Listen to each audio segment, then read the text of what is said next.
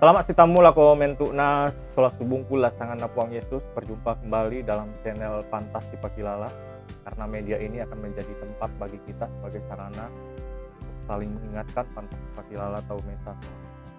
Dan saya akan membagikan kepada kita semua sedikit renungan firman Tuhan, dan biarlah ini menjadi bahan perenungan kita untuk menjalani hari-hari ke depan dalam kehidupan kita. Saudara-saudara, maka tape tua ilam websitenya PGI.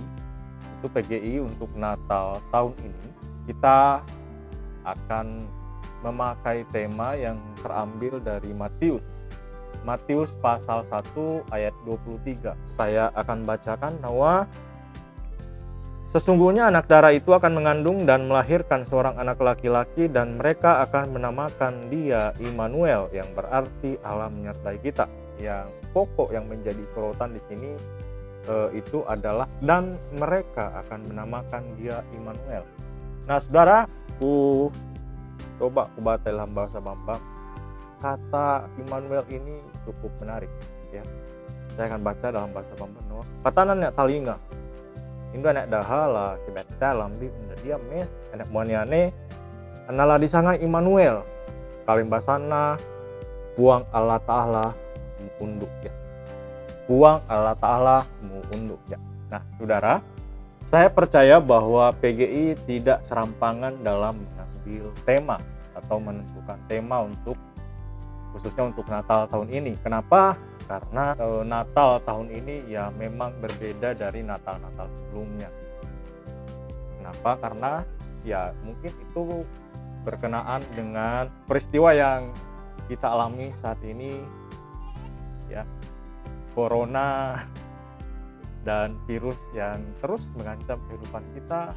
Ya, banyak di antara kita yang khawatir, ya, banyak hal yang ditimbulkan oleh virus ini, penyakit ini yang terdampak bagi kehidupan kita.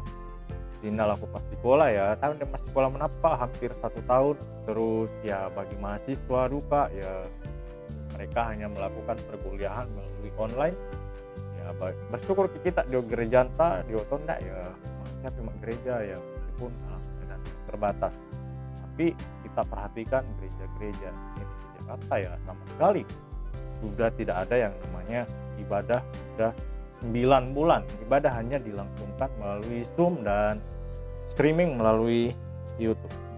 Jadi singkat kata, keadaan atau pandemi saat ini memunculkan banyak dampak yang tentunya kurang baik bagi kita. Pelaku-pelaku usaha ya banyak di antara mereka yang rugi, bahkan banyak yang sampai gulung tikar. Nah, saudara-saudara, lalu keadaan ini lantas mungkin bagi sebagian orang bisa muncul dalam pikiran dia dalam apa atau tidak kok lah susi kehidupan selanjutnya, karena ya susi ini keadaan, dan kita juga belum tahu sampai kapan penyakit ini, sampai kapan pandemi ini akan terus berlanjut.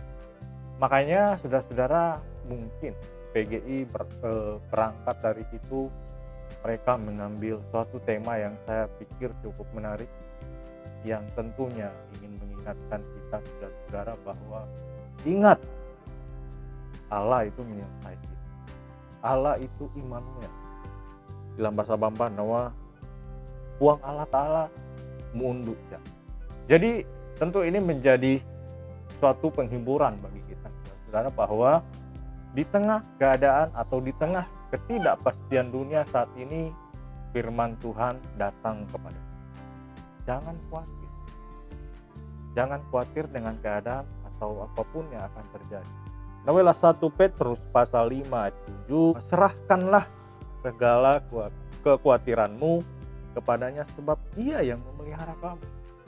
Tuhan sendiri yang akan memelihara kita ya. Meskipun dalam keadaan seperti ini, saudara-saudara, bulan Nipole, kita berada dalam ketidakpastian. Kita nggak tahu tahun depan kita masih bisa hidup nggak ya.